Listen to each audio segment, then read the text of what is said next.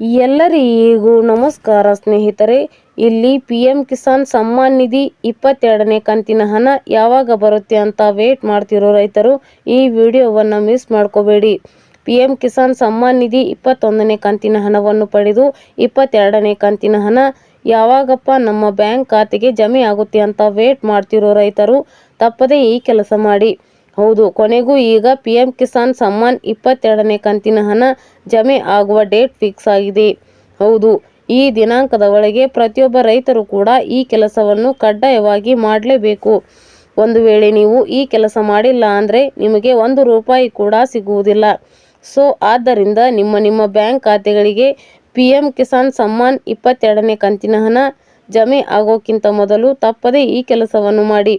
So ನೀವು ಕೂಡ ರೈತರಾಗಿದ್ದು ಅಥವಾ ರೈತರ ಮಕ್ಕಳಾಗಿದ್ದರೆ ಸ್ನೇಹಿತರೆ, ಇಲ್ಲಿ ಕೇಂದ್ರ ಸರ್ಕಾರದ ಮಹತ್ವಾಕಾಂಕ್ಷಿ ಯೋಜನೆಯಾದ PM ಕಿಸಾನ್ ಸಮ್ಮಾನ್ ನಿಧಿ ಈ ಸ್ಕ್ರೀನ್ ಅಡಿಯಲ್ಲಿ 22ನೇ ಕಂತಿನ ಹಣ ಬಿಡುಗಡೆಗೆ ಫೈನಾನ್ಸ್ ಡಿಪಾರ್ಟ್ಮೆಂಟ್ ಇವಾಗ ರೆಡಿ ಆಗ್ತಾ ಇದೆ. ಆದರೆ ಮುಂದಿನ 22ನೇ ಕಂತಿನ ಹಣ ಅಂದರೆ ರೈತರ ಬ್ಯಾಂಕ್ನ ಅಕೌಂಟ್ನಾಗೆ ಜಮಾ ಆಗಲು ಪ್ರತಿಯೊಬ್ಬ ರೈತರು ಕೂಡ ಈ ಪ್ರಕ್ರಿಯೆಯನ್ನು ಕಂಪ್ಲೀಟ್ ಮಾಡಬೇಕು ಎಂದು ಕೇಂದ್ರ ಸರ್ಕಾರ ಮಾಹಿತಿ ಕೊಟ್ಟಿರುವಂಥದ್ದು. ಹೌದು ಸ್ನೇಹಿತರೆ, PM ಕಿಸಾನ್ ಸಮ್ಮಾನ್ 27ನೇ ಕಂತಿನ ಹಣ ಜಮೆ ಆಗೋಕ್ಕಿಂತ ಮೊದಲು ಪ್ರತಿಯೊಬ್ಬ ರೈತರು ಕೂಡ ಈ ಕೆಲಸ ಮಾಡಲೇಬೇಕು.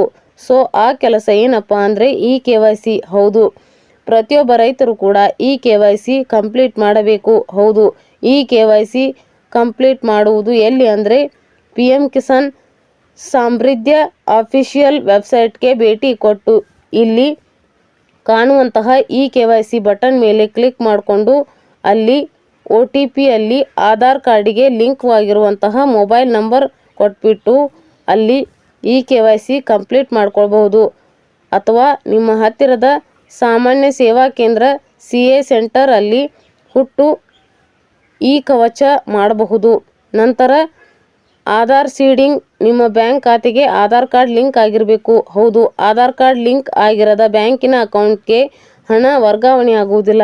ಯಾಕಂದರೆ ಇಲ್ಲಿ ಕೇಂದ್ರ ಸರ್ಕಾರ ಇರಬಹುದು ಅಥವಾ ರಾಜ್ಯ ಸರ್ಕಾರ ಇರಬಹುದು, ಯಾವುದೇ ಫಲಾನುಭವಿಗಳಿಗೆ DBT ಮೂಲಕವೇ ಹಣವನ್ನು ಹಾಕುವಂಥದ್ದು. ಸೊ ಆದ್ದರಿಂದ ಪ್ರತಿಯೊಬ್ಬ ರೈತರು ಕೂಡ ಬ್ಯಾಂಕಿನ ಅಕೌಂಟ್ಗೆ ಆಧಾರ್ ಕಾರ್ಡ್ ಲಿಂಕ್ ಮಾಡಬೇಕು. ಹಾಗೆಯೇ ಆಧಾರ್ ಕಾರ್ಡಿಗೆ ಮೊಬೈಲ್ ನಂಬರ್ ಲಿಂಕ್ ಮಾಡ್ಕೊಳ್ಬೇಕು. DBT activation. ಹೌದು, ನೇರ ನಗದು ವರ್ಗಾವಣೆ ಹಣ ಜಮೆ ಆಗುವುದು.